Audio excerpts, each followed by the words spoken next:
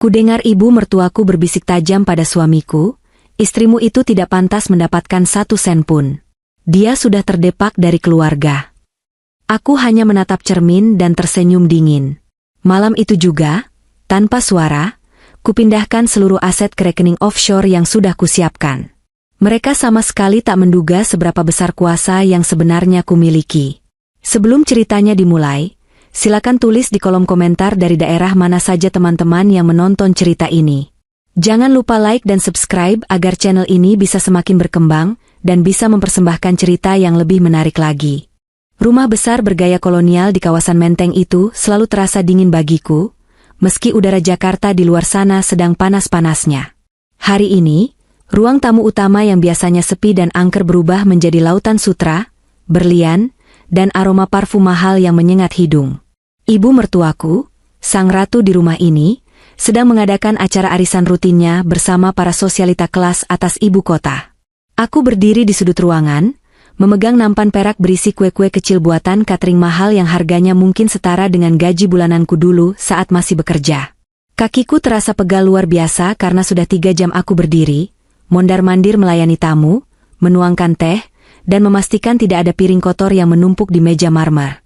Padahal, di rumah ini ada 3 orang asisten rumah tangga. Namun, ibu selalu punya alasan untuk menyuruhku turun tangan. Amara, jangan cuma berdiri di situ seperti patung. Itu Nyonya Diana gelasnya sudah kosong.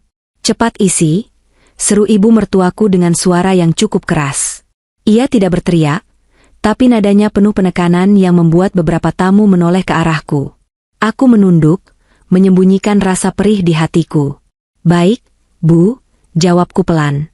Aku berjalan melintasi karpet tebal buatan Persia itu, menuangkan teh Earl Grey ke cangkir porselen Nyonya Diana. Wanita itu bahkan tidak menatapku atau mengucapkan terima kasih. Bagi mereka, aku hanyalah ornamen hidup yang sedikit lebih rendah dari pelayan berseragam, hanya karena aku berasal dari keluarga biasa yang, menurut istilah ibu, tidak punya bobot bibit bebet yang jelas. Di sofa lain, aku melihat suamiku, Radit, sedang duduk santai sambil memainkan ponselnya. Ia tampak gagah dengan kemeja linen mahalnya, tapi di mataku saat ini, ia terlihat begitu kecil. Ia melihat ibunya membentakku tadi, tapi ia tidak melakukan apa-apa. Ia hanya melirik sekilas, lalu kembali menunduk layar ponsel, seolah-olah istrinya yang diperlakukan seperti pesuruh adalah hal yang wajar. Radit memang tidak pernah bisa membantah ibunya. Di rumah ini, titah ibu adalah hukum mutlak, dan Radit adalah warga negara yang paling patuh. Sementara itu, kakak iparku, Siska, duduk di sebelah ibunya sambil mengipas-ngipaskan kipas tangan dari bulu angsa. Ia tertawa renyah, sesekali memamerkan gelang berlian baru yang melingkar di pergelangan tangannya. Duh, Bu, kayaknya si Amara itu lelet banget ya kerjanya. Pantas saja dulu di kantor lama karirnya nggak naik-naik. Celetuk Siska dengan suara yang sengaja dikeraskan. Para tamu tertawa kecil, tawa sopan yang menyakitkan telinga. Aku hanya bisa menelan ludah, menahan air mata yang mendesak keluar. Aku bukan wanita bodoh. Dulu, aku punya karir yang bagus di bidang administrasi keuangan sebelum menikah dengan Radit dan dipaksa berhenti oleh ibu mertuaku dengan alasan, menantu keluarga Adiguna tidak boleh bekerja pada orang lain. Ironisnya, setelah berhenti bekerja, aku malah dijadikan pekerja tanpa gaji di rumah ini. Acara terus berlanjut. Suara denting sendok beradu dengan piring porselen dan obrolan tentang liburan ke Eropa memenuhi ruangan. Aku merasa semakin terasing. Rasanya aku ingin lari keluar, pulang ke rumah orang tuaku yang sederhana tapi hangat. Namun aku tahu itu tidak mungkin. Pernikahan ini baru berjalan 2 tahun, dan aku masih berusaha bertahan demi Radit. Atau setidaknya demi janji manis Radit saat melamarku dulu. Saat aku sedang membereskan piring kotor di meja belakang sofa utama tempat ibu duduk, langkahku terhenti. Posisi sofa itu membelakangiku, sandarannya cukup tinggi sehingga ibu dan Radit yang duduk di sana mungkin tidak menyadari keberadaanku yang sedang berjongkok memungut serbet yang jatuh. Suara ibu terdengar sangat jelas, meski ia merendahkan volumenya menjadi bisikan. Dit, kamu dengar mama kan? Jangan lupa urus surat-surat tanah villa di Bali itu secepatnya, bisik ibu. Aku bisa membayangkan ia sedang membetulkan sanggul rambutnya yang sempurna saat bicara. Iya, Bu. Tapi kan itu masih atas nama Amara karena dulu ibu yang minta biar pajak progresifnya nggak kena ke ibu. Jawab Radit. Suaranya terdengar ragu, tapi bukan keraguan untuk membelaku, melainkan keraguan takut salah langkah. Justru itu, potong ibu cepat, suaranya mendesis seperti ular. Kamu harus bujuk dia tanda tangan surat kuasa jual atau hibah minggu ini juga. Istrimu itu makin lama makin bikin malu. Lihat gayanya tadi, kampungan sekali. Dia nggak bisa bawa diri di depan teman-teman mama. Jantungku serasa berhenti berdetak. Tanganku yang memegang serbet gemetar hebat. Terus kalau sudah balik nama, gimana, Bu? Tanya Radit polos. Ibu tertawa kecil, suara tawa yang dingin dan kejam. Ya kita tendang dia, Radit. Begitu sertifikat tanah di Bali itu aman balik nama ke ibu, kita cari alasan buat cerai. Dia gak bakal dapat sepeser pun karena kita buat seolah-olah dia yang selingkuh atau tidak becus urus rumah tangga. Kamu tinggal cari istri baru. Tante Ratna punya anak perempuan yang baru lulus dari London, bapaknya jenderal. Itu baru selevel sama kita. Duniaku runtuh ketika itu juga. Bukan karena ancaman perceraian itu, jujur saja, sebagian hatiku sudah lelah dengan pernikahan ini, tapi karena respon suamiku. Aku menunggu Radit membela. Aku menunggu dia bilang, jangan Bu, Amara istri yang baik. Atau setidaknya, itu jahat, Bu.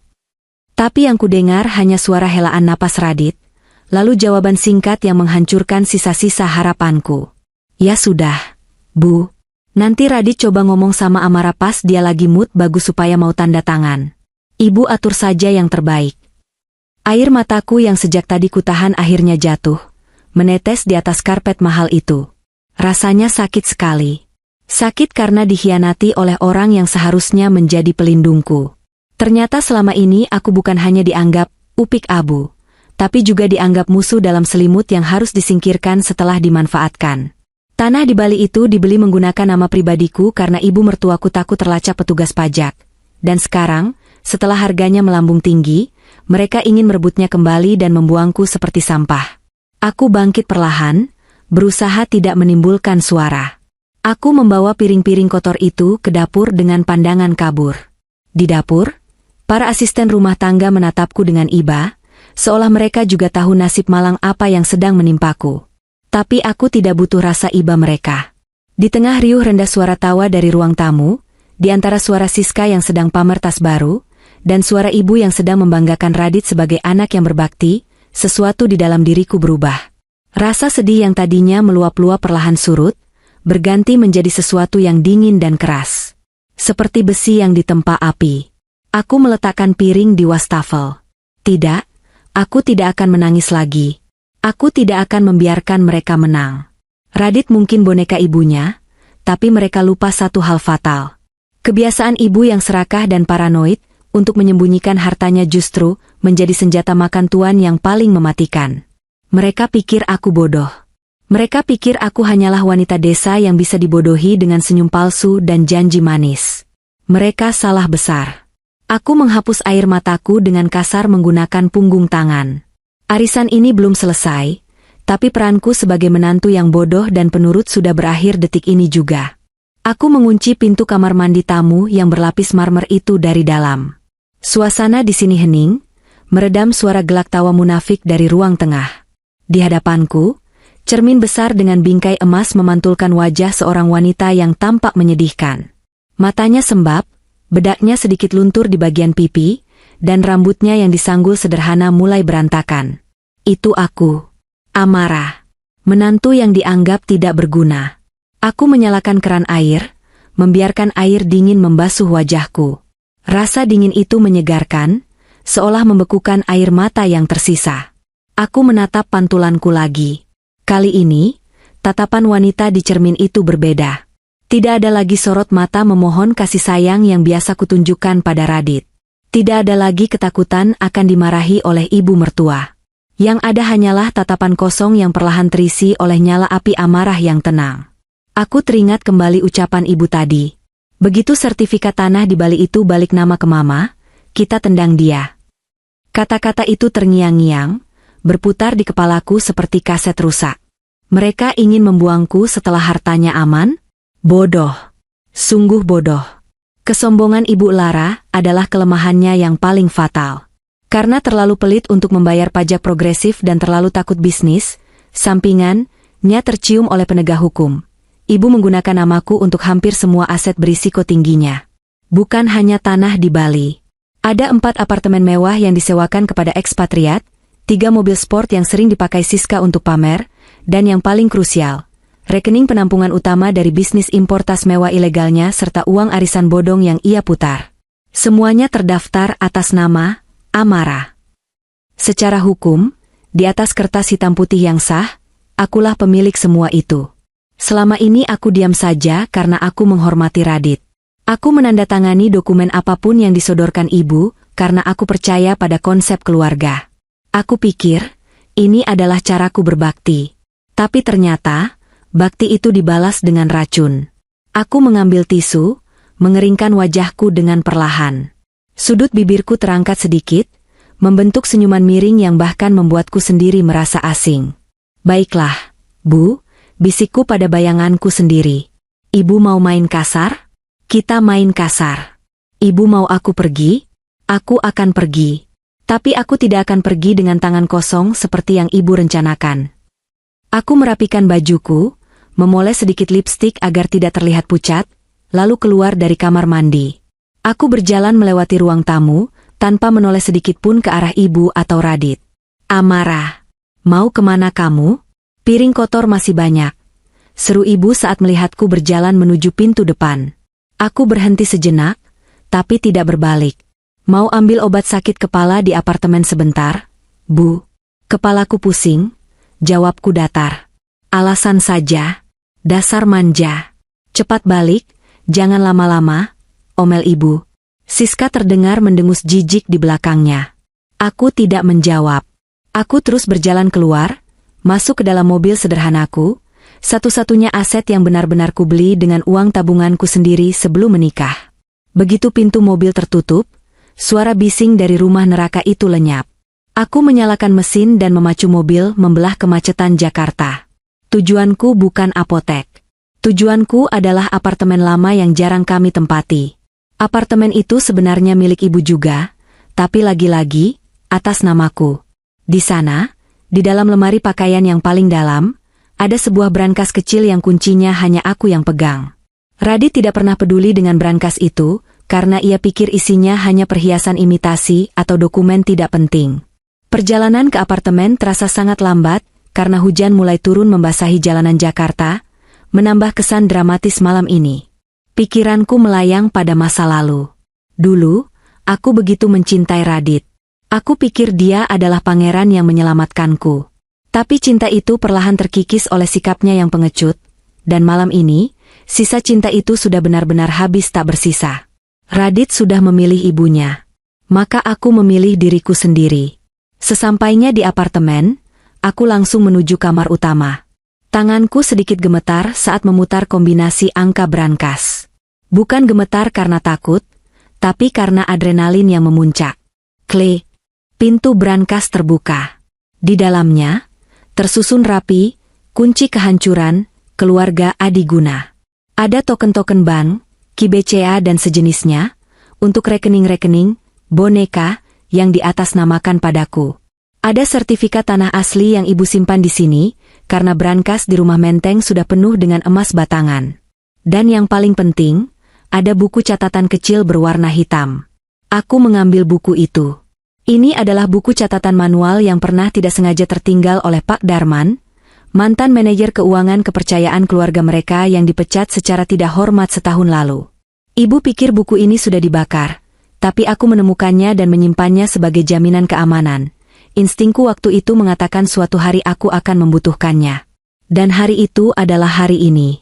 Aku duduk di tepi ranjang, membuka laptopku. Layar menyala, menampilkan wallpaper foto pernikahanku dan Radit. Tanpa ragu, aku langsung menggantinya dengan wallpaper standar berwarna biru polos. Wajah Radit yang tersenyum di foto itu, kini terlihat menjijikkan bagiku. Aku memasukkan username dan password internet banking. Jari-jariku menari di atas keyboard dengan lincah. Kemampuanku sebagai mantan staf administrasi keuangan kembali muncul. Aku mengecek saldo di rekening, Yayasan Kasih Bunda, nama samaran untuk rekening penampungan uang arisan dan bisnis ilegal ibu. Mataku terbelalak melihat deretan angkanya. 70 miliar rupiah. Uang sebanyak itu mengendap di sana, hasil dari menipu sosialita lain dan memutar barang selundupan, sementara aku harus mengemis hanya untuk minta uang belanja bulanan. 70 miliar. Gumamku pelan. Dan ini semua atas nama Amara Putri. Hukum perbankan itu sederhana. Siapa nama yang tercantum di rekening, dialah pemilik sah uang tersebut. Jika aku memindahkannya, ibu tidak bisa lapor polisi tanpa membongkar kejahatannya sendiri. Jika dia bilang uang itu miliknya, dia harus menjelaskan dari mana asalnya dan kenapa dia memakai nama orang lain. Itu sama saja dengan bunuh diri. Dia akan terkena pasal pencucian uang dan penggelapan pajak. Aku tersenyum lebar sekarang. Air mata sudah benar-benar kering. Rencana yang tersusun di kepalaku begitu rapi, seolah-olah alam semesta memang mempersiapkan momen ini untukku. Aku tidak akan langsung memindahkannya detik ini juga. Aku butuh persiapan yang lebih matang agar jejakku bersih. Aku butuh bantuan seseorang yang sama sakit hatinya denganku terhadap keluarga ini. Aku meraih ponselku, mencari sebuah nama di daftar kontak yang sudah lama tidak kuhubungi. Pak Darman. Aku menekan tombol panggil. Nada sambung terdengar 3 kali sebelum suara berat seorang pria tua menjawab di ujung sana. Halo? Neng Amara? Tumben sekali menelepon malam-malam begini. Ada apa, Neng? Dimarahin lagi sama nyonya besar? Tanya Pak Darman dengan nada ramah namun prihatin. Pak Darman, suaraku terdengar tenang dan penuh otoritas. Berbeda dari Amara yang dulu sering curhat sambil menangis. Bapak masih simpan bukti-bukti asli laporan keuangan yang Bapak bilang dulu, yang membuktikan penggelapan pajak Ibu. Hening sejenak di ujung telepon. Lalu suara Pak Darman terdengar lebih serius. Masih, Neng. Saya simpan sebagai asuransi kalau nyonya mau celakain saya. Kenapa Neng tanya itu? Kita perlu bertemu, Pak. Besok pagi. Saya punya rencana untuk memberi pelajaran pada keluarga Adiguna. Dan saya butuh bantuan Bapak untuk memastikan mereka tidak bisa bangkit lagi. Pak Darman tertawa kecil, tawa yang terdengar puas. Wah, akhirnya singa betinanya bangun juga. Baik, Neng. Besok kita ketemu di tempat biasa. Saya siap bantu 100%. Aku menutup telepon dan kembali menatap layar laptop. Angka 70 miliar itu masih terpampang di sana, berkedip-kedip seolah memanggilku. Tunggu tanggal mainnya, Ibu, Radit, Siska, bisikku. Kalian mau pesta? Aku akan beri pesta yang paling meriah. Pesta kehancuran kalian. Malam itu, di apartemen yang sunyi, aku tidur dengan nyenyak untuk pertama kalinya dalam 2 tahun. Tanpa Radit di sampingku, tanpa omelan ibu mertua. Hanya ada aku dan rencana balas dendamku yang sempurna. Pagi itu, langit Jakarta tampak kelabu, seolah mendukung suasana hatiku yang sedang bersiap untuk perang. Aku memarkirkan mobilku di lantai basemen Grand Indonesia yang paling pojok, di area yang pencahayaannya agak remang dan jauh dari pintu masuk utama. Sengaja aku memilih tempat ini agar tidak ada mata-mata ibu mertuaku, atau teman-teman sosialitanya yang tersebar di mana-mana, yang melihat pertemuanku. Aku mengecek jam tangan. Pukul 10 tepat. Tak lama kemudian, sebuah mobil kijang tua berwarna abu-abu metalik masuk perlahan dan parkir tepat di sebelah mobilku. Itu Pak Darman. Pria parubaya yang dulu selalu tersenyum ramah saat membukakan pintu untuk Ibu Lara. Namun dibalas dengan bentakan kasar hanya karena jasnya sedikit kusut. Aku turun dari mobil dan masuk ke kursi penumpang depan mobil Pak Darman. Aroma pewangi mobil jeruk nipis yang menyengat langsung menyambutku, aroma yang sangat sederhana dan membumi, berbeda jauh dengan aroma parfum mawar Bulgaria yang selalu memenuhi mobil ibu mertuaku. Selamat pagi, Neng Amara, sapa Pak Darman. Wajahnya terlihat lebih tua dari terakhir kali aku melihatnya, rambut putihnya makin banyak, tapi sorot matanya tajam dan penuh semangat. Pagi, Pak. Terima kasih sudah mau datang, jawabku sambil menyalami tangan rentanya yang kasar. Pak Darman tersenyum getir. Saya yang harusnya terima kasih, Neng. Setahun ini saya hidup susah. Dipecat tanpa pesangon, nama saya di blacklist di lingkungan kerja karena difitnah mencuri oleh Nyonya Lara. Padahal, saya cuma menolak memalsukan tanda tangan pajak. Saya dendam, Neng.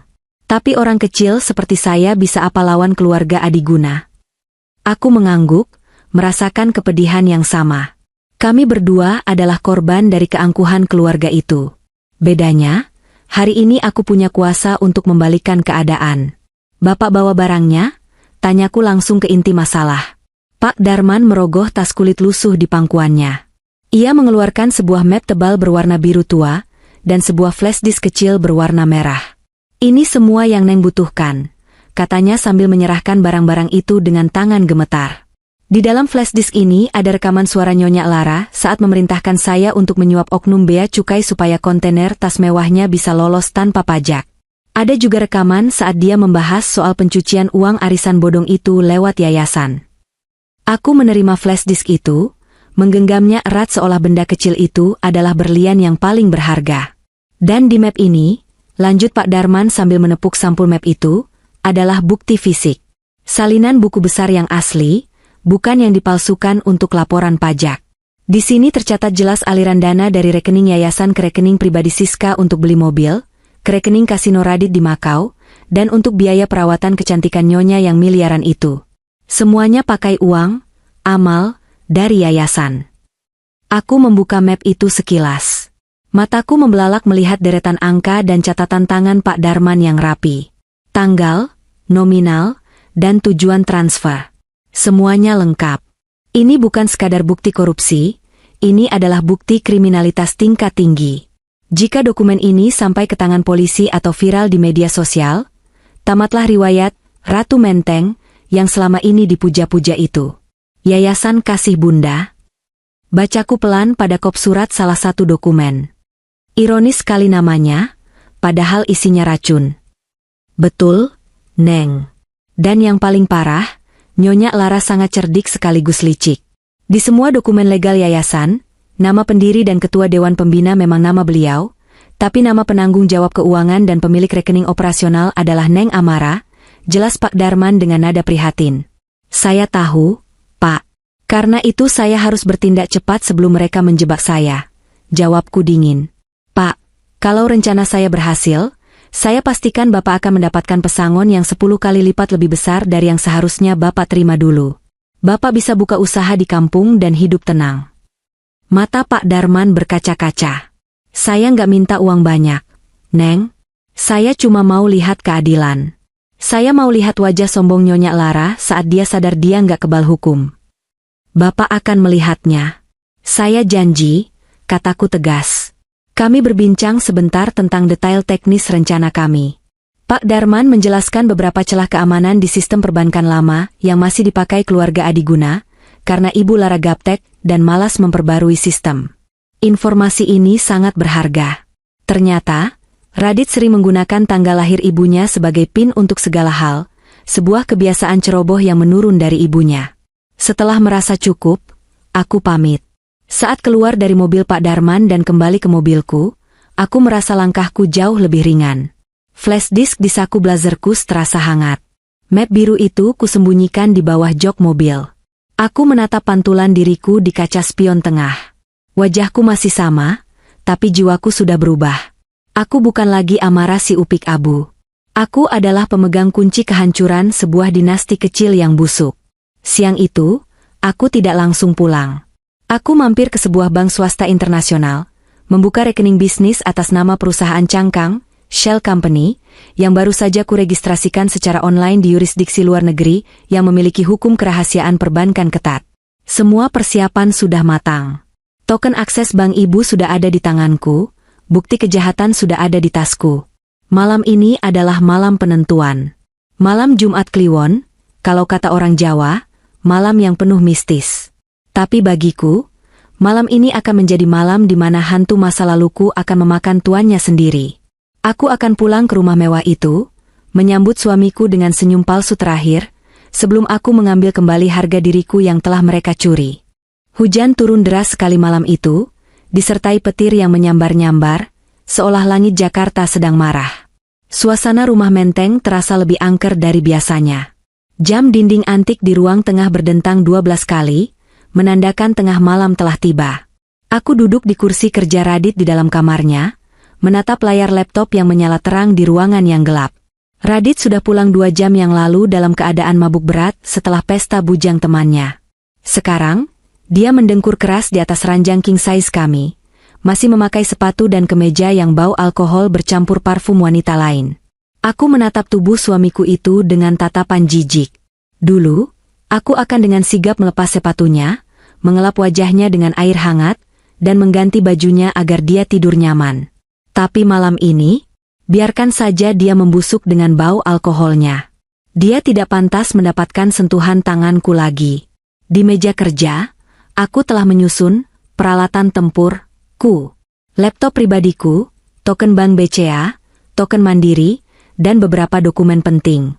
Jantungku berdegup kencang, bukan karena takut, tapi karena sensasi adrenalin yang luar biasa. Ini adalah perampokan terbesar dalam hidupku, tapi perampokan ini legal karena akulah pemilik kuncinya. Aku menarik napas panjang, lalu mulai mengetikkan username dan password untuk akun internet banking utama, Yayasan Kasih Bunda. Login berhasil. Layar laptop menampilkan saldo rekening yang fantastis. 70.450.000.000 rupiah. 70.450.000.000 rupiah. Angka yang bisa membuat siapa saja pusing. Uang ini adalah hasil keringat Ibu Lara menipu teman-teman sosialitanya dan menyelundupkan barang mewah selama bertahun-tahun, yang dia simpan dengan aman di rekening atas namaku. Maaf ya, Ibu, bisikku pada kesunyian malam. Ibu bilang aku tidak pantas dapat 1 sen pun kan? Jadi aku tidak akan mengambil uang Ibu. Aku hanya mengambil uang amarah. Jari-jariku bergerak cepat. Aku tidak bisa memindahkannya sekaligus dalam satu transaksi, karena akan memicu alarm bank. Aku memecahnya menjadi puluhan transaksi ke beberapa rekening perantara yang sudah kusiapkan, yang nantinya akan bermuara ke rekening offshoreku di Kepulauan Kaiman. Setiap kali aku menekan tombol, execute transfer, dan memasukkan angka dari token, rasanya seperti aku sedang menusukkan pisau ke jantung kesombongan keluarga Adiguna. Transfer 5 miliar. Berhasil. Transfer 10 miliar. Berhasil. Transfer 15 miliar. Berhasil. Setiap notifikasi hijau yang muncul di layar, memberikanku kepuasan yang tidak bisa dilukiskan dengan kata-kata. Ini adalah balasan untuk setiap hinaan yang kuterima. Ini untuk setiap kali Siska menyuruhku mencuci piring saat ada pembantu. Ini untuk setiap kali Ibu Lara menyebut orang tuaku rendahan. Dan ini untuk Radit, suami pengecut yang membiarkan istrinya diinjak-injak. 30 menit berlalu. Keringat dingin menetes di pelipisku. Suara petir menggelegar di luar, membuatku sedikit terlonjak. Aku menoleh ke arah ranjang. Radit bergerak sedikit, mengigau memanggil nama, Mama, lalu kembali mendengkur. Sungguh anak mami sejati bahkan dalam tidurnya. Rekening yayasan kini sudah kosong melompong. Hanya tersisa saldo minimum 500.000 rupiah, agar rekening tidak langsung tutup otomatis. Tapi aku belum selesai. Aku beralih ke portofolio saham. Keluarga ini memarkirkan banyak aset saham mereka atas namaku juga untuk menghindari pajak dividen yang besar. Tanpa ragu, aku menekan tombol, sell all. Menjual semua saham blue chip itu di harga pasar saat ini juga. Memang pasar saham sedang tutup, tapi order jual akan tereksekusi otomatis begitu pasar dibuka besok pagi jam 9. Uangnya akan masuk ke RDN, rekening dana nasabah, milikku, yang akses penarikannya juga sudah aku pegang penuh. Total nilai saham itu sekitar 15 miliar rupiah. Jadi, total kerugian yang akan mereka derita besok pagi adalah 85 miliar rupiah. Itu hampir 80% dari kekayaan likuid keluarga ini. Sisanya hanya aset properti seperti rumah ini yang sertifikatnya dipegang ibu, tapi biaya operasional dan gaya hidup mereka yang selangit itu sepenuhnya bergantung pada uang tunai yang baru saja kucuri. Setelah semua selesai, aku menutup laptopku. Aku merasa lemas, tapi juga merasa sangat kuat di saat yang bersamaan. Aku berdiri, berjalan mendekati meja rias. Di sana, di bawah cahaya lampu tidur yang remang, cincin kawin bertahta berlian kecil itu berkilau. Cincin yang dulu dipasangkan Radit dengan janji setia sehidup semati. Janji yang ternyata palsu. Aku melepas cincin itu dari jari manisku. Rasanya aneh. Jari manisku terasa kosong dan ringan, seolah beban berat baru saja terangkat. Aku meletakkan cincin itu di atas meja rias, tepat di sebelah secari kertas kecil yang kutinggalkan. Itu adalah struk penarikan ATM terakhirku, sebagai simbol bahwa transaksi telah selesai. Di bawah cincin itu, aku menyelipkan note kecil bertuliskan, "Terima kasih untuk pelajarannya. Sekarang, aku lulus." Aku mengambil koper kecil yang sudah kusiapkan di balik lemari. Isinya hanya baju-baju sederhanaku dan dokumen penting. Aku tidak membawa satupun barang mewah pemberian mereka. Tas Hermes bekas Siska, jam tangan Rolex yang katanya hadiah ultah tapi ternyata barang KW. Semuanya kutinggalkan. Aku tidak butuh sampah-sampah itu. Aku punya 85 miliar sekarang. Aku bisa membeli pabrik tas Hermes kalau aku mau. Sebelum keluar kamar, aku menatap Radit untuk terakhir kalinya. "Selamat tidur, Mas Radit," bisikku pelan. "Nikmati mimpi indahmu malam ini. Karena besok pagi, kamu akan bangun di neraka." Aku melangkah keluar kamar, menutup pintu perlahan. Lorong rumah itu gelap gulita. Setiap langkah kakiku di lantai marmer terasa seperti langkah menuju kebebasan. Aku menuruni tangga, melewati ruang tamu tempat aku dihina tadi pagi, dan keluar melalui pintu samping yang terhubung ke garasi. Hujan masih turun deras saat aku memacu mobilku keluar dari gerbang rumah mewah itu. Satpam yang berjaga di pos depan sedang tertidur pulas, sama sekali tidak menyadari bahwa aset terbesar keluarga ini baru saja melarikan diri tepat di bawah hidungnya. Aku menyetir menembus hujan, menuju bandara. Pesawatku ke Bali akan berangkat subuh nanti. Bukan untuk liburan, tapi untuk mengamankan satu aset terakhir sebelum Ibu Lara sadar, tanah di Uluwatu itu. Aku akan menjualnya secepat kilat sebelum mereka sempat memblokirnya. Malam ini, Ratu Menteng masih tidur nyenyak di kasur empuknya, bermimpi tentang kekayaan abadi. Dia tidak tahu bahwa kerajaannya sudah runtuh, dan arsitek kehancurannya adalah menantu yang selama ini dia anggap sampah. Besok adalah hari ulang tahun Ibu Lara, dan aku sudah mengirimkan kado yang tidak akan pernah dia lupakan seumur hidupnya. Sinar matahari pagi di Bali terasa menyengat kulit, namun bagiku, kehangatan ini terasa seperti pelukan kebebasan yang sudah lama kurindukan. Aku baru saja mendarat di Bandara I Gusti Ngurah Rai 1 jam yang lalu. Mataku mungkin sedikit bengkak karena kurang tidur, tapi adrenalin yang memompa di dalam darahku membuatku merasa lebih segar daripada tidur 8 jam sekalipun. Aku tidak membuang waktu untuk menikmati pantai atau sekadar melihat ombak. Tujuanku jelas, kantor notaris Pak Wayan di daerah Jimbaran. Aku sudah membuat janji temu darurat sejak semalam di perjalanan menuju Bandara Soekarno-Hatta. Tanah di Uluwatu itu, tanah seluas 2 hektar yang pemandangannya langsung menghadap Samudra Hindia, adalah aset terakhir yang masih bisa kucairkan sebelum Ibu Lara dan Radit menyadari apa yang terjadi. Di ruang tunggu notaris yang beraroma dupa dan kayu cendana, aku duduk dengan gelisah. Kakiku mengetuk-ngetuk lantai marmer. Di hadapanku duduk seorang pria parubaya berkemeja batik, Bapak Haryo, seorang investor properti asal Surabaya yang sudah lama mengincar tanah itu.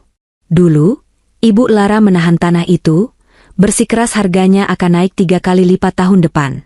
Tapi hari ini, aku menjualnya dengan harga sedikit di bawah pasar agar transaksinya bisa kilat. Bu Amara yakin mau lepas harga segini? Ini murah loh untuk ukuran cliffront, tanya Pak Haryo sambil membolak-balik berkas sertifikat yang kubawa. Sertifikat asli atas namaku. Saya butuh dana cepat untuk investasi di luar negeri, Pak Haryo. Asal Bapak bisa transfer pelunasannya pagi ini juga via RTGS. Tanah ini milik Bapak. Jawabku mantap, berusaha terdengar seperti pebisnis profesional, bukan istri yang sedang melarikan diri. Pak Haryo tersenyum lebar. Bagi dia, ini durian runtuh. Bagi aku, ini adalah paku terakhir untuk peti mati keuangan keluarga Adiguna. Proses penandatanganan akta jual beli, AJB, berlangsung cepat. Jantungku berdegup kencang setiap kali pulpenku menggores kertas. Aku takut tiba-tiba ponselku berbunyi, takut ada telepon dari Radit atau pengacara keluarga yang memblokir sertifikat ini. Tapi syukurlah, ketidaktahuan mereka adalah berkah bagiku. Mereka pasti masih sibuk mempersiapkan pesta ulang tahun nanti malam, tidak sadar bahwa tanah kebanggaan mereka sedang berpindah tangan. Ting! Notifikasi masuk ke ponselku 15 menit kemudian. Dana sebesar 25 miliar rupiah telah masuk ke rekening penampunganku. Total aset tunai yang kukuasai kini menembus angka 110 miliar rupiah. Aku menghela napas panjang, beban di pundakku rasanya hilang separuh. Senang berbisnis dengan Anda, Bu Amara, ujar Pak Haryo sambil menjabat tanganku erat. Sama-sama, Pak. Tolong jaga tanah itu, jawabku tersenyum. Urusan di Bali selesai. Tapi misiku belum berakhir. Aku memesan tiket penerbangan kembali ke Jakarta untuk sore ini. Orang waras mungkin akan langsung kabur ke Eropa atau Amerika dengan uang sebanyak itu. Tapi aku tidak ingin sekadar kabur. Aku ingin melihat wajah mereka. Aku ingin melihat saat topeng sempurna Ibu Lara retak. Aku ingin hadir di pesta itu. Pukul 18.30 WIB, aku sudah kembali menginjakkan kaki di Jakarta. Kali ini, aku tidak pulang ke rumah menteng ataupun apartemen. Aku menyewa kamar suite di Hotel Bintang 5 tempat pesta ulang tahun Ibu Lara diadakan. Sangat praktis, bukan? Aku berdiri di depan cermin besar di kamar hotelku. Penampilanku malam ini harus sempurna. Tidak ada lagi Amara si menantu yang memakai kebaya kedodoran pilihan ibu mertua. Tidak ada lagi riasan tipis pucat agar tidak menyaingi kecantikan Siska.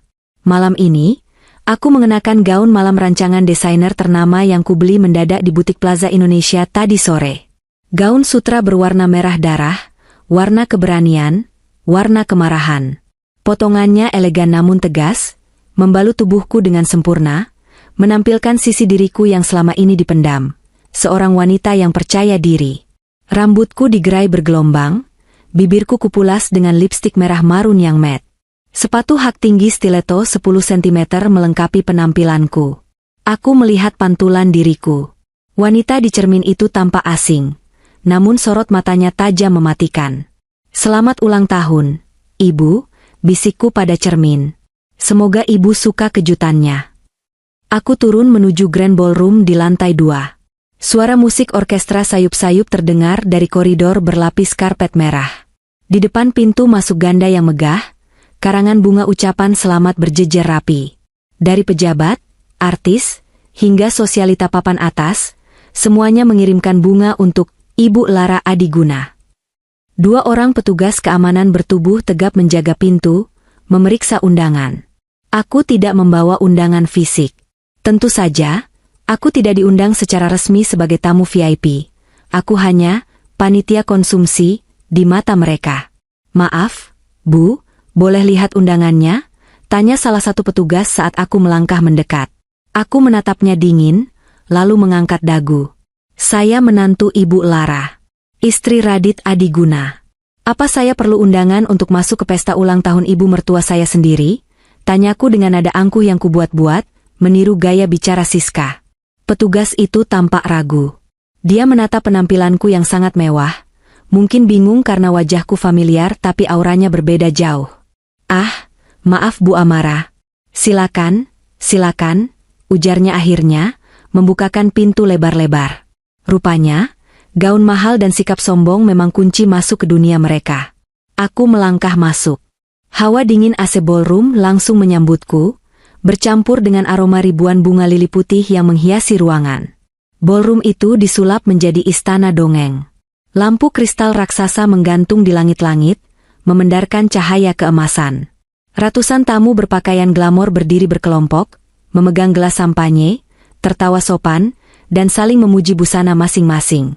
Aku berjalan membelah kerumunan. Beberapa orang menoleh, berbisik-bisik. Itu Amara kan? Istrinya Radit? Kok beda banget? Cantik juga ya ternyata kalau dandan. Bukannya gosipnya dia mau dicerai? Aku mengabaikan bisikan-bisikan itu. Mataku terfokus ke panggung utama di ujung ruangan.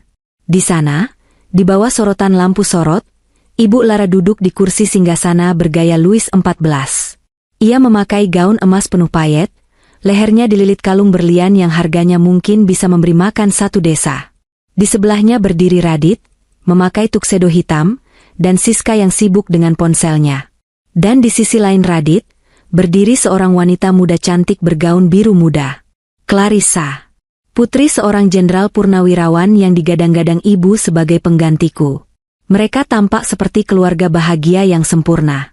Pembawa acara, MC, yang merupakan presenter televisi terkenal mulai berbicara lewat mikrofon.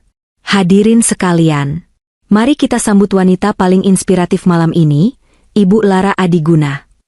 Tepuk tangan membahana.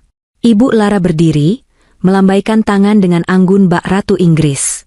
Ia mengambil mikrofon, tersenyum lebar hingga matanya menyipit.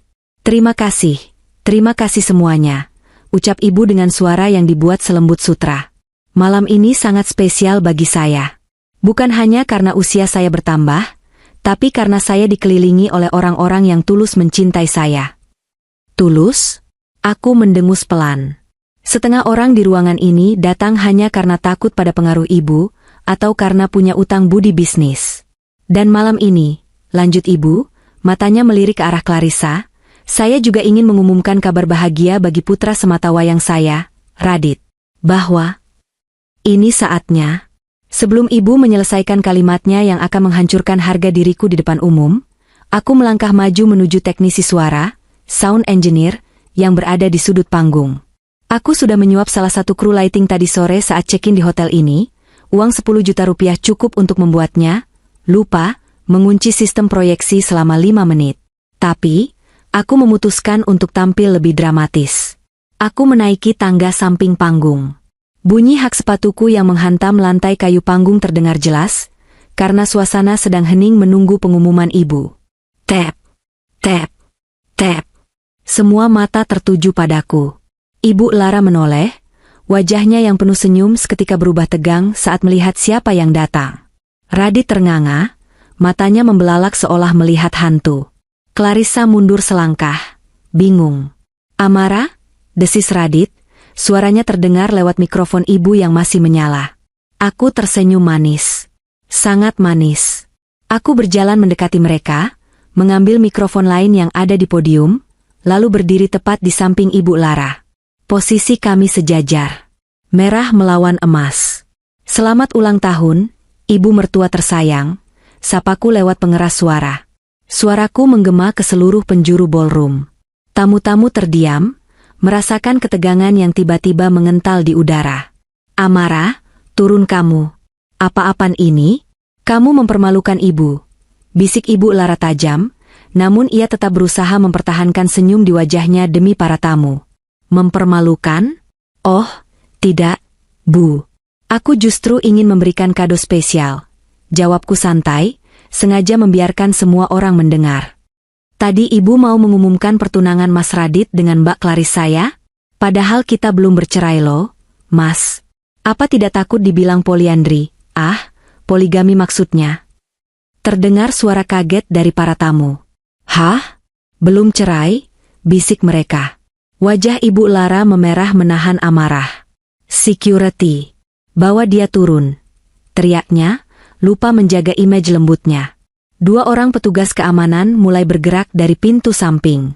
Tapi aku tidak gentar.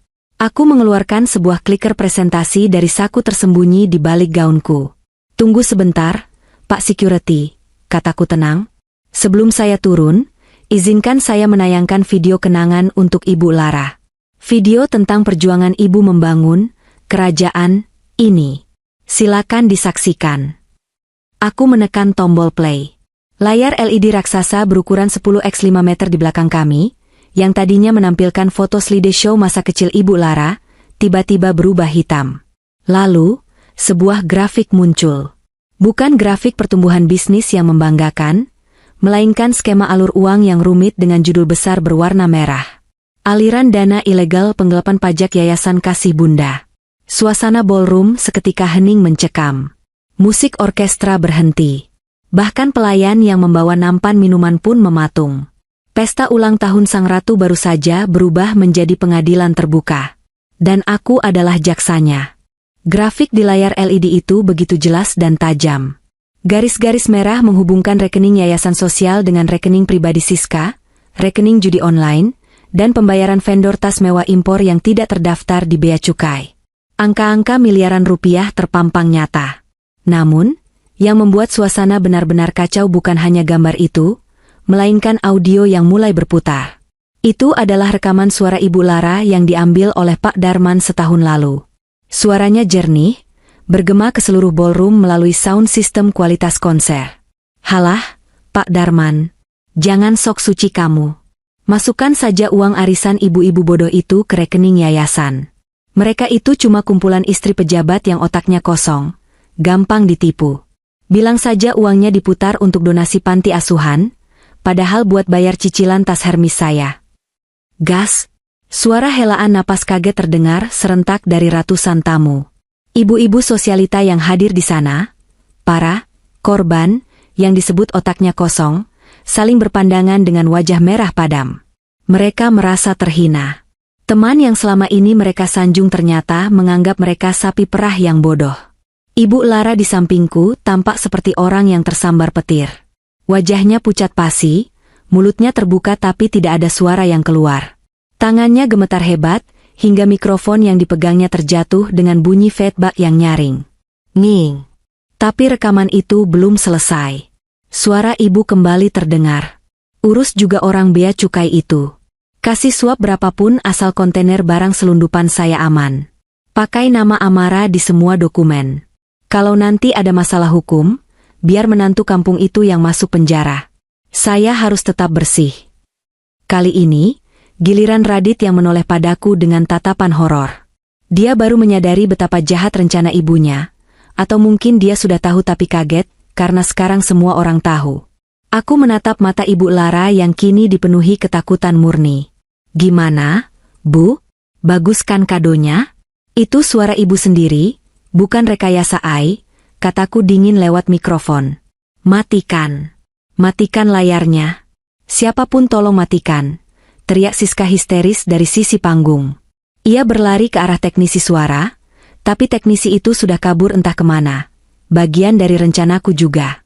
Aku melangkah maju, berdiri di tengah panggung, mengambil alih sorotan lampu utama. "Bapak-bapak, ibu-ibu sekalian," suaraku lantang dan berwibawa. "Apa yang kalian lihat dan dengar adalah bukti nyata. Selama bertahun-tahun, Ibu Lara menggunakan nama saya, Amara Putri, sebagai tameng untuk semua bisnis kotornya. Yayasan Kasih Bunda, itu hanyalah mesin cuci uang."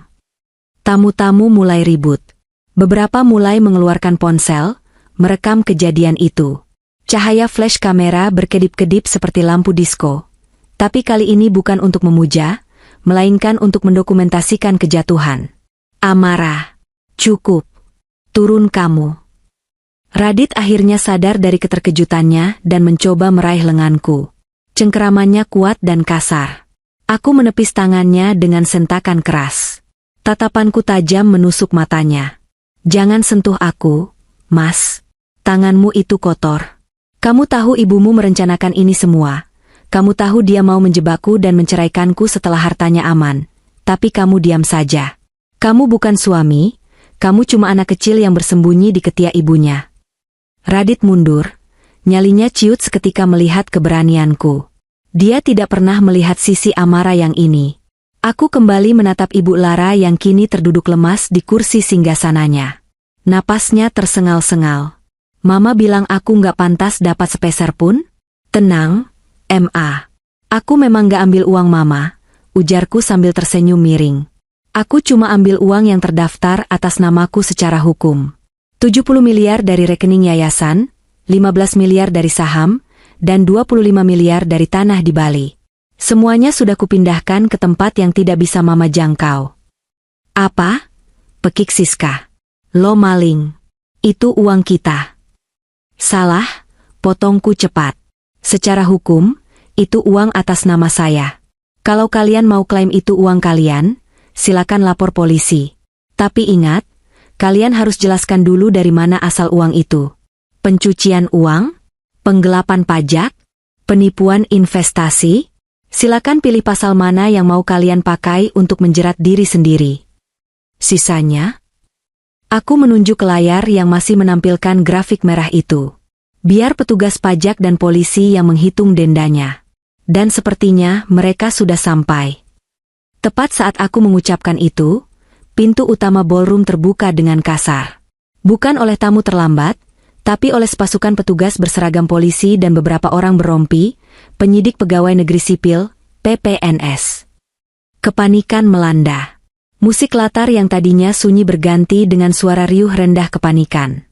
Ibu Lara Adiguna, Anda kami tangkap atas dugaan tindak pidana pencucian uang dan penyelundupan barang ilegal, seru komandan petugas itu menggunakan pengeras suara portabel.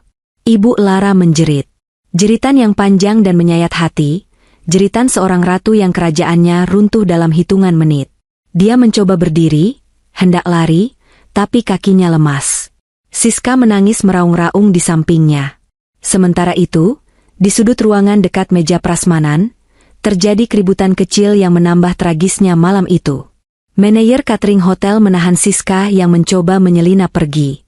Maaf Bu Siska, pembayaran pelunasan catering tambahan dan sewa ballroom belum masuk. Kartu kredit Ibu declinet semua, ujar manajer itu dengan suara keras karena panik melihat polisi datang. Nggak mungkin. Limit gue unlimited. Teriak Siska sambil melempar kartu platinumnya ke wajah manajer itu. Sudah diblokir, Bu. Semua aset keluarga Adiguna yang terhubung dengan rekening Bu Amara sudah dibekukan atau kosong. Jawab manajer itu tegas. Siska melotot ke arahku. Aku hanya mengangkat bahu dan tersenyum kecil. Tentu saja, kartu kredit tambahan Siska kan induknya dari rekening yang baru saja kukuras habis. Polisi mulai naik ke panggung. Kilatan kamera wartawan yang entah bagaimana bisa masuk, mungkin menyusup bersama polisi, makin menggila. Mereka memotret wajah Ibu Lara yang berantakan, maskaranya luntur oleh air mata, wajahnya pucat seperti mayat. Radit tolong Mama. Telepon Om Jenderal, telepon siapa saja. Teriak ibu histeris saat tangannya diborgol. Radit hanya berdiri mematung di pinggir panggung. Wajahnya blank. Clarissa, calon tunangannya, sudah kabur sejak polisi pertama kali masuk, tidak mau terseret skandal memalukan ini. Radit sendirian. Dia menatapku, tatapan memohon yang menyedihkan. Amara sayang ini bisa dibicarakan baik-baikan, ucapnya lirih, suaranya gemetar. Aku berjalan menuruni tangga panggung dengan anggun, melewati Radit begitu saja tanpa menoleh. Sudah terlambat, Radit. Pembicaraan kita sudah selesai saat kamu membiarkan ibumu menginjak-injak harga diriku. Aku berhenti tepat di depan Ibu Lara yang sedang diseret polisi. Aku mendekatkan wajahku ke telinganya. Selamat menikmati masa tua di penjara, Bu. Di sana, Ibu tidak perlu pusing memikirkan pajak atau arisan. Semuanya gratis. Aku menegakkan tubuh, merapikan gaun merahku, lalu berjalan membelah kerumunan tamu yang menatapku dengan campuran rasa takut dan kagum. Mereka memberiku jalan, seolah aku adalah ratu baru yang baru saja memenangkan perang. Malam itu, pesta ulang tahun Ibu Lara benar-benar menjadi pesta yang tak terlupakan. Bukan karena kemewahannya, tapi karena menjadi panggung runtuhnya sebuah dinasti yang dibangun di atas kesombongan. Saat aku melangkah keluar dari lobi hotel menuju taksi yang sudah menunggu, hujan di luar sudah berhenti. Langit Jakarta malam itu tampak sedikit lebih cerah. Ponselku bergetar. Satu pesan masuk dari Pak Darman. Kerja bagus, Neng. Beritanya sudah masuk breaking news TV nasional. Aku tersenyum lega. Aku bukan lagi wanita lemah yang berlindung di balik bayang-bayang suami. Aku adalah Amara. Dan aku baru saja memenangkan hidupku kembali. Kekacauan di dalam Grand Ballroom Hotel Bintang 5 itu bukanlah sekadar keributan biasa. Itu adalah sebuah simfoni kehancuran yang indah. Udara yang sebelumnya dipenuhi aroma parfum Chanel nomor 5 dan bunga lili segar, kini berubah menjadi aroma keringat dingin, ketakutan, dan kepanikan massal. Pintu ganda setinggi 4 meter di belakang ruangan itu masih terbuka lebar, menampilkan barisan petugas kepolisian dari unit tindak pidana ekonomi khusus yang masuk dengan langkah tegap. Sepatu bot laras panjang mereka menghantam lantai marmer, menciptakan gema ritmis yang seolah menjadi detak jam kematian bagi keluarga Adiguna. Kilatan lampu strobo dari kamera petugas dokumentasi mulai menyala, menyapu wajah-wajah tamu undangan yang pucat pasi. Aku masih berdiri di sana, di anak tangga terbawah panggung, menyaksikan segalanya dari sudut pandang terbaik. Rasanya seperti menonton film thriller di mana aku adalah sutradaranya. Ibu Lara, sang ratu menteng yang selama 30 tahun terakhir tidak pernah tersentuh hukum, kini terperosok di kursi singgasananya. Tubuhnya yang berbalut gaun emas seharga ratusan juta rupiah itu gemetar hebat, seolah-olah tulang-tulangnya telah dilucuti satu persatu. Dia bukan lagi wanita angkuh yang tadi pagi menyuruhku membersihkan remah kue di karpet. Dia hanyalah seorang wanita tua yang ketakutan. Ini pasti salah paham. Bapak tidak tahu siapa saya? Pekik Ibu Lara saat seorang petugas wanita mendekatinya dan memegang lengannya dengan tegas. Suaranya pecah, melengking tinggi hingga menyakitkan telinga. Lepaskan. Tanganmu kotor. Jangan sentuh gaun saya.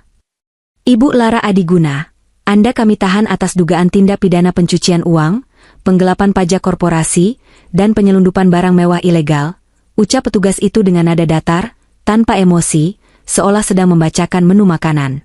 Anda memiliki hak untuk diam. Segala sesuatu yang Anda katakan dapat dan akan digunakan untuk melawan Anda di pengadilan. Bunyi klik dari logam dingin borgol yang mengunci pergelangan tangan Ibu Lara terdengar begitu nyaring di tengah keheningan tamu yang mencekam. Radit, lakukan sesuatu. Ibu Lara menoleh liar, mencari putra kesayangannya. Telepon Om Jenderal, telepon pengacara Hotman, telepon siapa saja. Jangan diam saja seperti orang bodoh. Aku menoleh ke arah Radit. Suamiku itu berdiri mematung di sisi kiri panggung. Wajahnya seputih kertas. Keringat sebesar biji jagung mengalir deras dari pelipisnya, melunturkan bedak tipis yang ia pakai. Dia tampak seperti anak kecil yang tersesat di pusat perbelanjaan, bingung, takut, dan tidak berdaya tanpa ibunya. Ponsel di tangannya bergetar hebat. Mungkin panggilan dari kolega atau teman judinya yang panik, tapi dia tidak punya tenaga untuk mengangkatnya.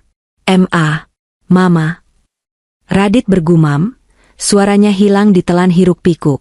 Di sisi lain panggung, Siska sedang bergelut dengan realitasnya sendiri.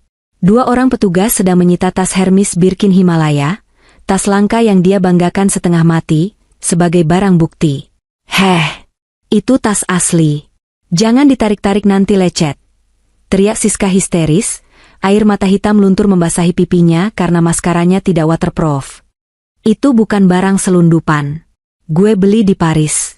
Gue punya bonnya. Bon palsu yang dibuat di Tanah Abang. Bu Siska? Sahut salah satu petugas dengan sinis sambil memasukkan tas itu ke dalam kantong plastik barang bukti. Kami sudah melacak semua transaksinya. Uangnya berasal dari rekening yayasan fiktif. Bohong. Amarah. Ini pasti ulah lo kan? Siska menunjukku dengan jari telunjuknya yang berhias kuku palsu panjang. Lo iri sama kita. Dasar ular. Lo jebak kita semua. Aku tidak menjawab. Aku hanya tersenyum tipis, lalu melangkah turun dari panggung, berjalan perlahan menuju pintu keluar. Jalur yang kulewati membelah kerumunan tamu. Orang-orang yang tadi menatapku dengan tatapan merendahkan, kini mundur memberi jalan seolah aku adalah wabah penyakit. Atau mungkin, seolah mereka takut akulah ratu baru yang memegang kartu as mereka. Amarah. Sebuah tangan mencengkeram pergelangan tanganku saat aku melewati barisan depan. Cengkeraman itu lemah, basah oleh keringat, dan gemetar. Aku berhenti dan menoleh. Radit. Dia telah turun dari panggung, menyusulku dengan langkah sempoyongan. Matanya merah, penuh dengan air mata keputusasaan. Dia terlihat menyedihkan.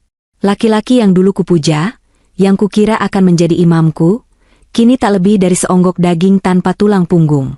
Lepaskan, Radit, kataku pelan namun tajam, suaraku sedingin es. Tolong, bisiknya, mengabaikan perintahku. Dia justru mempererat pegangannya, seolah aku adalah satu-satunya pelampung di tengah badai yang menenggelamkan kapalnya. Bilang ke polisi ini cuma masalah keluarga. Bilang ke mereka kamu cuma salah paham. Kita bisa bicarakan ini di rumah. Aku janji, aku akan berubah. Aku nggak akan nikah sama Clarissa. Aku cuma mau kamu. Aku menatap matanya dalam-dalam, mencari sisa-sisa Radit yang dulu kucintai. Tapi tidak ada. Yang ada hanya ketakutan akan kemiskinan dan kehilangan kenyamanan. Kamu mau aku bohong? Tanyaku retoris. Kamu mau aku bilang ke polisi bahwa ibumu tidak menyelundupkan barang? Bahwa dia tidak mencuci uang haram lewat rekening atas namaku? Itu kan cuma strategi bisnis. Semua orang kaya juga begitu. Elak Radit, mencoba merasionalisasi kejahatan keluarganya. Kamu istriku, Istri harusnya melindungi suami, menutup aib suami. Amarah yang selama ini kupendam mendadak mendidih, tapi aku tidak meledak. Aku justru menjadi semakin tenang. Aku menarik tanganku dengan sentakan kasar hingga terlepas dari genggamannya. Tutup mulutmu, Radit, desisku. Kamu bicara soal kewajiban istri? Di mana kewajibanmu sebagai suami saat ibumu menghinaku di depan pembantu? Di mana perlindunganmu saat kakakmu menuduhku mencuri uang belanja? Kamu diam. Kamu menikmati fasilitas dari uang haram ibumu, kamu menikmati hidup mewah di atas penderitaanku dan ketakutan akan hukum yang selama ini menghantuiku karena namaku yang dipakai. Aku. Radit tergagap. Kamu bukan korban di sini, Radit. Kamu adalah parasit, potongku telak. Dan malam ini, inangmu sudah mati. Belajarlah hidup sendiri. Sebelum Radit sempat menjawab, 2 orang petugas polisi mendekatinya. Bapak Radit Adiguna, Anda juga harus ikut kami ke kantor untuk dimintai keterangan sebagai saksi sekaligus terperiksa atas aliran dana ke rekening judi online, ucap petugas itu tegas. Wajah Radit runtuh seketika. Judi? Tapi saya... Aku tidak menunggu untuk melihat dia diseret. Aku membalikkan badan dan melanjutkan langkahku keluar dari ballroom. Namun, drama sesungguhnya baru dimulai di koridor menuju lobi. Rupanya, Pak Darman telah melakukan tugasnya dengan sangat baik. Terlalu baik, malah. Lobi Hotel Bintang 5 itu kini telah berubah menjadi lautan manusia. Bukan tamu undangan, melainkan wartawan. Puluhan kamera televisi dari berbagai stasiun berita nasional, wartawan media cetak, hingga blogger gosip ternama sudah berbaris membentuk pagar betis di depan pintu keluar ballroom. Cahaya lampu flash kamera berkedip-kedip gila-gilaan, seperti badai petir di dalam ruangan. Saat polisi menggiring Ibu Lara keluar, suasana meledak. Bu Lara, apakah benar Ibu terlibat sindikat impor ilegal? Bu, bagaimana tanggapan Ibu tentang video yang diputar menantu Ibu? Apakah benar aset Ibu sudah disita semua? Pertanyaan-pertanyaan itu datang bertubi-tubi, tajam dan mematikan. Mikrofon disodorkan secara agresif ke wajah Ibu Lara yang kini berantakan. Ibu Lara, yang seumur hidupnya selalu memburu kamera demi eksistensi sosial, kini berusaha mati-matian menyembunyikan wajahnya. Dia menunduk dalam-dalam, mencoba menutupi mukanya dengan tangan yang terborgol, namun rambutnya yang acak-acakan tidak bisa menyembunyikan rasa malunya. Minggir! Minggir kalian anjing-anjing media, teriak Ibu Lara, kehilangan kendali dirinya yang elegan. Kalian tidak tahu siapa saya? Saya bisa beli stasiun TV kalian. Ancaman kosong itu hanya memancing tawa sinis para wartawan. Siska berjalan di belakang ibunya sambil menangis meraung-raung. Dia tidak menutupi wajahnya, karena kedua tangannya sibuk memegangi gaunnya yang hampir melorot karena terinjak. Malu, malu. Ini semua gara-gara Mama. Kenapa Mama ceroboh banget sih? Teriak Siska menyalahkan ibunya di depan umum. Pemandangan itu sungguh tragis sekaligus ironis. Keluarga yang selalu memuja citra sempurna, kini saling menyalahkan di titik terendah mereka. Aku berjalan paling belakang, dikawal oleh 2 security hotel yang membukakan jalan. Berbeda dengan mereka yang menunduk, aku berjalan dengan kepala tegak. Wajahku tenang, tanpa air mata, tanpa senyum kemenangan yang berlebihan. Hanya ekspresi datar seorang wanita yang baru saja menyelesaikan urusannya. Mbak Amara. Kerumunan wartawan menyadari keberadaanku.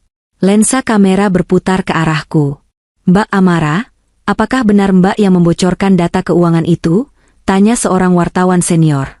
Apa motif Mbak Amara? Apakah karena sakit hati mau dimadu?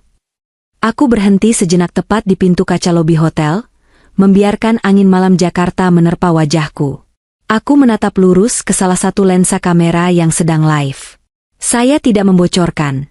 Jawabku dengan suara jernih yang terekam jelas oleh puluhan mikrofon. Saya hanya mengembalikan apa yang bukan hak saya kepada negara. Dan saya mengambil kembali apa yang menjadi hak saya, harga diri. Tapi Mbak, suami Mbak juga ditangkap.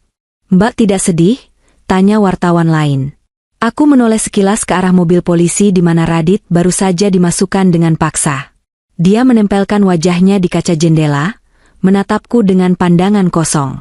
Kesedihan saya sudah habis dicicil selama 2 tahun pernikahan ini. Mas, jawabku singkat. Sekarang, saldo kesedihan saya 0.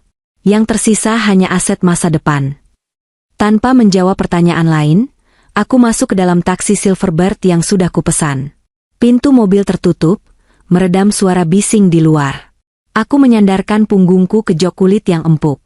Tubuhku terasa lelah luar biasa, seolah seluruh tulangku baru saja dilepas dan dipasang kembali. Tapi di balik kelelahan fisik itu, ada perasaan ringan yang tak terlukiskan. Di luar jendela taksi, aku melihat iring-iringan mobil polisi mulai bergerak membawa keluarga Adiguna menuju kantor polisi.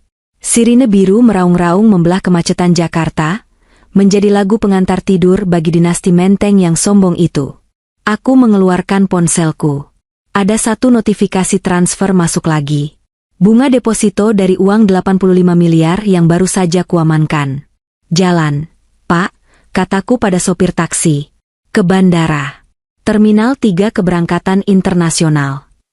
Malam ini aku akan terbang ke Singapura sebentar untuk membereskan administrasi perbankan, lalu memulai hidup baru yang jauh dari hiruk-pikuk kemunafikan ibu kota.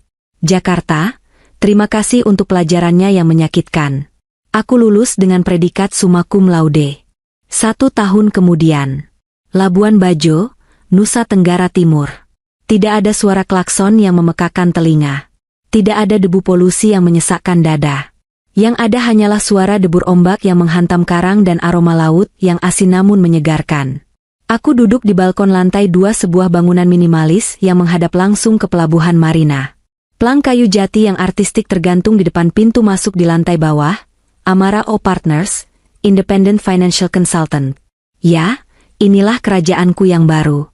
Bukan istana megah dengan pilar-pilar kolonial yang dingin, melainkan sebuah kantor konsultan yang hangat, terbuka, dan jujur. Aku menyesap kopi Flores Bajawa dari cangkir keramik buatan pengrajin lokal. Rasanya pahit, sedikit asam, dengan jejak rasa coklat di ujung lidah. Sempurna. Aku mengenakan kemeja linen putih longgar dan celana kulot berwarna beige. Rambutku yang dulu selalu dipaksa disanggul rapi ala nyonya besar, kini kupotong sebahu dan kubiarkan tergerai alami, bergerak dipermainkan angin laut. Bu Amara, ini laporan audit untuk resor Bintang Flores sudah selesai. Mau diperiksa sekarang atau nanti sore? Wulan, asisten pribadiku yang merupakan gadis asli Manggarai, masuk ke balkon dengan membawa tablet. Dia cerdas, cekatan, dan yang terpenting, jujur. Aku merekrutnya 6 bulan lalu saat dia baru lulus kuliah di Bali dan bingung mencari kerja. Taruh saja di meja saya, Lan. Nanti saya periksa setelah video call dengan klien dari Australia, jawabku sambil tersenyum. Baik, Bu. Oh ya, tadi Pak Bayu titip ikan kerapu segar. Katanya terima kasih karena berkat strategi investasi Ibu, kapal pinisinya bisa nambah 1 lagi bulan ini, lapor Wulan dengan mata berbinar. Aku tertawa kecil. Pak Bayu itu terlalu baik. Padahal dia yang kerja keras di laut, saya cuma main angka di laptop. Tapi tanpa hitungan Ibu, Pak Bayu pasti masih terlilit utang rentenir. Bu, sanggah Wulan polos. Aku tersenyum, merasakan kehangatan di dadaku. Ini yang tidak pernah kudapatkan di Jakarta. Rasa dihargai karena kemampuan otakku, bukan karena siapa suamiku atau seberapa mahal tas yang kujinjing. Di sini, aku adalah Amara sang konsultan keuangan yang dihormati karena integritasnya. Setelah Wulan kembali ke dalam, aku melirik jam tangan. Pukul 14 WITA. Waktunya berita siang. Aku membuka laptop, mengakses situs streaming berita nasional. Hari ini adalah hari pembacaan vonis final untuk kasus korupsi dan pencucian uang Yayasan Kasih Bunda. Jantungku berdesir pelan, bukan karena takut, tapi karena antusiasme akan sebuah penutup. Layar laptop menampilkan ruang sidang Pengadilan Tindak Pidana Korupsi Jakarta yang penuh sesak. Di kursi pesakitan, duduk sosok yang nyaris tak bisa dikenali. Ibu Lara. Dia tampak sangat tua. Kulit wajahnya yang dulu kencang berkat suntikan botoks dan filler rutin, kini kendur dan berkerut dalam. Tanpa riasan tebal, wajah aslinya terlihat layu dan lelah. Rambutnya yang memutih dibiarkan tergerai kusut, tidak ada lagi sanggul sasak tinggi yang menjadi ciri khasnya. Dia mengenakan rompi tahanan berwarna oranye mencolok di atas kemeja putih yang lusuh. Di sebelahnya, pengacara mahal yang dulu dia bangga-banggakan tidak terlihat. Dia hanya didampingi pengacara publik, karena semua asetnya sudah disita negara, sehingga dia tidak mampu lagi membayar lawyer kondang. Hakim ketua mengetuk palu 3 kali. Mengadili, menyatakan terdakwa Lara Adiguna terbukti secara sah dan meyakinkan bersalah melakukan tindak pidana pencucian uang dan penyelundupan barang impor secara berlanjut. Suara hakim bergema melalui speaker laptopku. Menjatuhkan pidana kepada terdakwa oleh karena itu dengan pidana penjara selama 12 tahun dan denda sebesar 50 miliar rupiah. 12 tahun. Aku menghela napas panjang, menghembuskannya perlahan ke arah laut. Ibu Lara di layar tampak menangis, tapi tidak ada air mata yang keluar. Mungkin air matanya sudah kering. Dia memohon-mohon pada hakim, tapi petugas kejaksaan segera membawanya keluar. Dia akan menghabiskan sisa hidupnya, masa tua yang seharusnya dia nikmati dengan tenang, di balik jeruji besi yang dingin dan sempit.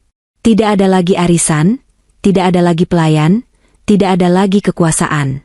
Lalu kamera menyorot ke arah kursi pengunjung. Di barisan paling belakang, duduk seorang pria kurus dengan tatapan kosong. Radit. Dia tidak dipenjara karena tim penyidik menyimpulkan dia terlalu tidak kompeten untuk menjadi otak kejahatan. Meski dia tetap kena hukuman wajib lapor dan seluruh aset atas namanya disita untuk mengganti kerugian negara. Namun, melihat kondisinya sekarang, mungkin penjara lebih baik baginya. Radit terlihat berantakan.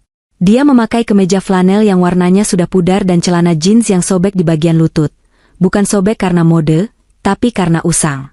Wajahnya tirus, matanya cekung dengan lingkaran hitam tebal di bawahnya. Dia terlihat 10 tahun lebih tua dari usianya. Berita narasi menyebutkan bahwa Radit kini bekerja serabutan. Kadang menjadi sopir taksi online, dengan mobil sewaan, kadang menjadi tenaga administrasi gudang di Jakarta Utara dengan gaji UMR. Dia tinggal di kos-kosan petak tanpa AC, dikejar-kejar debt collector karena utang kartu kredit Siska yang membengkak dan menggunakan namanya sebagai penjamin. Clarissa, wanita yang digadang-gadang jadi penggantiku, sudah lama kabur. Kabar terakhir, dia menikah dengan pengusaha tambang batu bara 2 bulan setelah keluarga Adiguna bangkrut. Radit benar-benar ditinggalkan sendirian. Tanpa uang, tanpa ibu, tanpa istri, dan tanpa harga diri. Adapun Siska, dia kini menjadi reseller kosmetik murah di TikTok, sering melakukan live streaming sambil menangis-nangis meminta gift dari penonton dengan dalih untuk beli susu anaknya. Keangkuhannya runtuh di gilas kebutuhan perut. Aku menutup laptopku perlahan. Layar menjadi hitam, memantulkan bayangan wajahku sendiri. Wajah itu tampak berbeda. Bukan lebih cantik karena make up, tapi lebih bercahaya karena kedamaian. Tidak ada lagi kerutan kekhawatiran di dahi. Mataku jernih. Aku tidak merasa sedih melihat nasib mereka. Aku juga tidak merasa euforia kemenangan yang meledak-ledak. Yang kurasakan hanyalah keadilan. Keseimbangan alam semesta yang kembali pada porosnya. Mereka menuai badai dari angin yang mereka tabur sendiri. Aku hanyalah instrumen kecil yang mempercepat proses panen itu. Ponselku berdering. Panggilan masuk dari Bapak. Assalamualaikum, Enduk. Suara bapak terdengar renyah di ujung telepon. Suara kokok ayam jago terdengar di latar belakang. Waalaikumsalam, Pak. Bapak sehat? Sehat, Enduk.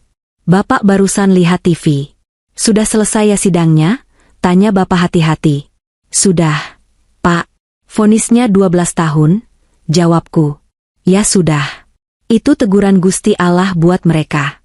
Kamu jangan simpan dendam lagi ya, Enduk. Yang penting sekarang kamu sudah aman, sudah sukses. Bapak bangga sama kamu. Bukan karena kamu kaya raya sekarang, tapi karena kamu berani membela harga dirimu. Mataku terasa panas. Iya, Pak. Makasih doanya. Minggu depan Amara pulang ke kampung ya, mau renovasi rumah bapak sama ibu biar lebih nyaman. Walah, nggak usah repot-repot. Rumah ini masih kuat kok. Tapi kalau kamu mau pulang, ibu seneng banget. Nanti dimasakin sayur lodeh kesukaanmu. Siap, Pak. Aku menutup telepon dengan senyum lebar. Inilah kekayaan yang sesungguhnya. Keluarga yang tulus, yang tidak peduli berapa isi rekeningku, tapi peduli apakah aku bahagia atau tidak. Aku bangkit dari kursi, berjalan menuju pagar balkon. Matahari mulai terbenam di ufuk barat, mengubah langit Labuan Bajo menjadi kanvas raksasa berwarna jingga, ungu, dan merah muda. Kapal-kapal pinisi mulai menyalakan lampu hiasnya, berkerlap-kerlip di atas air laut yang tenang. Aku mengangkat tangan kiriku, merentangkan jari-jariku menutupi matahari. Jari manisku kosong. Tidak ada cincin emas, tidak ada berlian, tidak ada tanda kepemilikan orang lain. Dan aku menyukainya. Sangat menyukainya. Cincin itu dulu terasa seperti borgol yang indah. Sekarang, ketiadaannya adalah simbol kemerdekaan mutlak. Aku punya uang, lebih dari cukup untuk 7 turunan jika aku mau hidup hemat. Tapi aku memilih tetap bekerja, tetap berpikir, tetap berkarya. Karena uang bisa habis, tapi kemampuan dan harga diri tidak akan pernah bisa dicuri orang, kecuali kita menyerahkannya. Aku mengambil napas dalam-dalam, mengisi paru-paruku dengan udara kebebasan. Selamat tinggal, Ratu Menteng, bisikku pada angin laut yang membawanya pergi jauh ke seberang samudra. Terima kasih sudah menjadikanku wanita baja. Aku berbalik, melangkah masuk ke dalam kantorku. Masih ada 1 laporan keuangan yang harus kuselesaikan sebelum makan malam. Hidup terus berjalan, dan kali ini,